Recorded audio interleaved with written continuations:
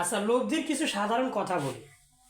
আর কিভাবে লব্ধির সূত্র আরটা সামুদ্রিক সূত্র দিয়ে বের করা যায় ওটা তো আমরা জানি। এমনি বেসিক কিছু কথা বলি। আসলে লব্ধিটা কি জানো? লব্ধিটা হচ্ছে যে, মনে করো তুমি এইটা একটা সুতা, এটা একটা সুতা, সুতাটা কিন্তু ডিসকানেক্ট না, কানেক্টেড, মানে একই সুতা। আর এইখানে একটা বল তুমি রাখছো, পাতলা একটা বল রাখছো। আর এই বরাবর তুমি মনে করো 10 মিটার পার সেকেন্ড বেগে এই সুতাটা ধরে একজন টানতেছে। আর এই জায়গা ধরে এই জায়গা দিয়ে আর একজন ওই 10 মিটার পার সেকেন্ড বেগে টানতেছে। একই সুতা, কিন্তু এটা সুতাটা একটু ভাঁজ করে নিয়ে এখানে একটা বল আছে। তো এইভাবে যদি টানে 10 মিটার পার সেকেন্ড বেগে, আর একজন 10 মিটার পার সেকেন্ড বেগে টানে, ঠিক আছে?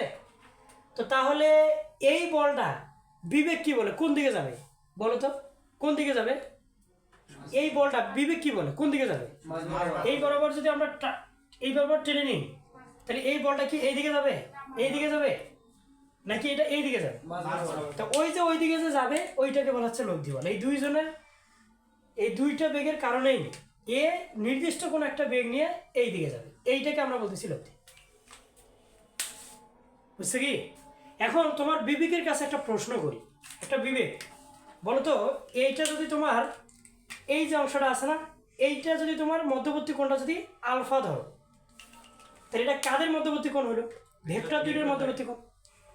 তা ভেক্টর দুইটার মধ্যবর্তী কোণ কিন্তু আলফা। এখন এই যে লব্ধির সাথে আরো একটা কোণ আমরা পাচ্ছি এখানে, যে লব্ধির সাথে ভেক্টরের মধ্যবর্তী কোণ। এটা তো এই কোণটা কাদের সাথে? লব্ধির সাথে ভেক্টর। এইটা হলো তোমার থিটা। এখন ভাইয়া লব্ধির সাথে এটাও তো একটা ভেক্টর, তাহলে এদের মধ্যবর্তী কোণ কি? আপনি কি বলবেন? উত্তর হচ্ছে ওটাও তো থিটা। তাহলে এইটাও কিন্তু থিটা, এটাও কিন্তু থিটা। তাহলে লব্ধির কনসেপ্টটা তুমি ভালোভাবে করতে পারো, বৃষ্টির ম্যাথ হোক আর পূর্ব পশ্চিম উত্তর দক্ষিণের ম্যাথ হোক। এই শুধু এই দুইটা কথা দিয়ে সব ম্যাথ করতে পারবে আমি মনে করি।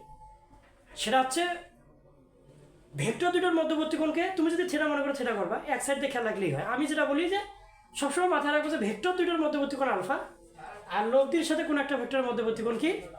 থিটা।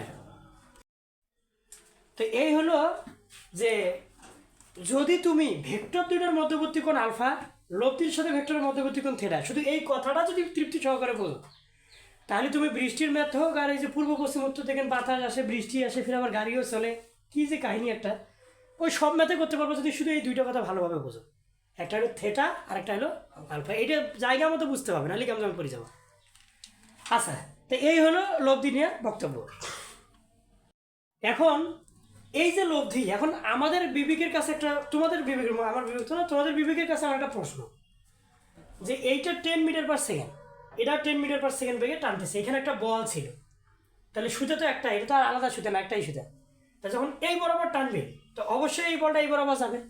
এখন শোনো না, বোঝার চেষ্টা করো তো বিবেক কি বলে, যে এইটা 10 মিটার পার সেকেন্ড বেগে টানে, এটা 10 মিটার পার সেকেন্ড বেগে টানে, তাহলে এই বলটা যে এইদিকে যাবে এটা কত বেগে যাবে? এটা এটা সেন্স কাজ করতেছে না? এটা কি 10 হওয়া উচিত, না এই দুটো যোগফল হওয়া উচিত, না দুটো বিভিন্ন প্রশ্ন আসতেছে না? মানে এটা কত বেগে যাবে তার সূত্র তোমরা শিখছো, তোমরা যে এতদিন থেকে শিখছো সেই বেগটা, সেই সূত্রটা হলো ওই যে সূত্রটা, সামান্তরিকের যে সূত্রটা শিখছো সেটাই হলো সেই সূত্রটা। তো এটা কত বেগে যাবে? এটা কি 10 হওয়া উচিত? এটা কি 10 হওয়া উচিত, না এটা যোগফল হওয়া উচিত, না বিয়োগফল হওয়া উচিত? আমরা কিন্তু কিছু জানি না। তাহলে আমরা কি করবো জানো? তখনই আমরা বলতে চাই যে পি স্কোয়ার, এই যে পি এই Q, Q square plus 2 P Q, কি বলতেছি? কজ এদের মধ্যবর্তী কোণ আলফা। এই আলফাটা কি থিটাটা না আলফাটা? শোনো, ফিজিক্স চিত্র ছাড়া সম্ভবই না। তৃপ্তি সহ বুঝলে তৃপ্তি সহ চিত্র আঁকতে পারবা, আর তৃপ্তি সহ চিত্র আঁকতে পারলে অঙ্কগুলো করার দরকার হবে না, ক্যালকুলেটর দিয়ে মানগুলো বের করতে পারবো। দেখো, কনসেপ্ট যত ভালো হবে তত ম্যাথ বেশি একটা প্র্যাকটিস করার দরকার নেই। ফিজিক্স কনসেপ্টগুলো ভালোভাবে বুঝতে। আচ্ছা, এটা কি ক্লিয়ারলি বুঝছো? তাহলে আমি আবার বলি, আমরা কি পড়তেছি, কি ফিল করি? এই যে এইটা বেগ, এটা বেগ, এই দুইজনে টানতেছে। এখন এই মাঝখানে যে বলটা যাবে এ কত বেগে যাবে? এটা তো 10 বেগে টানে, তাহলে এ কত বেগে যাবে? সেই বেগের সূত্র হলো এটা। তা বুঝছো, ওই বেগের সূত্রটা বের করতে আলফা লাগে না থিটা লাগে? দেখো, আলফাটা লাগে, মানে ভেক্টর দুটোর মধ্যবর্তী কোণ লাগে, থিটাটা লাগে না। এখন তোমাদের কাছে একটা প্রশ্ন করি, বিবেক কি বলে শোনো, সহজভাবে চিন্তা করো তো। এই মানটা ধরো 60 ডিগ্রি, এই যে আলফার যে মানটা, এই মধ্যবর্তী কোণটা কত? 60 ডিগ্রি। তো এটা যদি 60 ডিগ্রি হয়, 60 ডিগ্রি যদি হয়, আচ্ছা লজিক্যালি বলো তো দেখি যে এই যে বলটা যাবে এই 60 ডিগ্রির ঠিক মাঝ বরাবর যাবে না এর পাশ দিয়ে যাবে, কার পাশ দিয়ে যাবে? আচ্ছা এখন প্রশ্নটা আছে মাঝ বরাবর যাবে কেন, তুমি এত দ্রুত বুঝলে কেন? কারণ দেখো এ যত বেগে টানে এও তত বেগেই টানে, তাহলে এই বলটা ঠিক এই 60 ডিগ্রি আছে না, ঠিক দেখবা যে মাঝখান দিয়ে এই যা 60 ডিগ্রি ঠিক মাঝ বরাবর, অর্থাৎ 30 ডিগ্রি কোণ করে যাবে, এটাও 30 এটাও 30, এটা বিবেক বলতেছে কিনা? এখন সমস্যাটা হচ্ছে কোথায় জানো? সমস্যাটা হচ্ছে এই বেগটা যদি 100 মিটার পার সেকেন্ড হয় আর এই বেগটা যদি 10 মিটার পার সেকেন্ড হয়, এখন তোমার বিবেক কি বলে?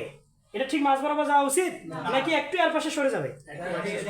একটু, কিন্তু যখন এইটা 10 মিটার পার সেকেন্ড, এটা 100 মিটার পার সেকেন্ড, তখন কিন্তু বলটা বিবেক বলতেছে, দেখো বিবেকের খেলা এই যে এই, তখন বিবেকটা বলতেছে যে বলটা এখন এই বরাবর যাবে, কারণ বেশি বেগের দিকে বেশি ধাক্কা পাবে, খুব দ্রুত তার দিকে সরে যাবে, তখন থেটাটা কমে গেল না?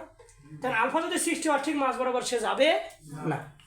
এখন তুমি একটু আগে কেন জানি বললে, যখন আমি বলছি এটা 10 এটা 10, এটা মধ্যবর্তী কোণ যদি 60 হয়, এটাও 10 এটাও 10, মধ্যবর্তী কোণ যদি কত হয় 60 হয়, তুমি বলতেছো যে না ভাই এটা 10 এটা 10, তাহলে অবশ্যই বলটা ঠিক সোজা বরাবর যাবে, তুমি কিন্তু বুঝে ফেলেছো।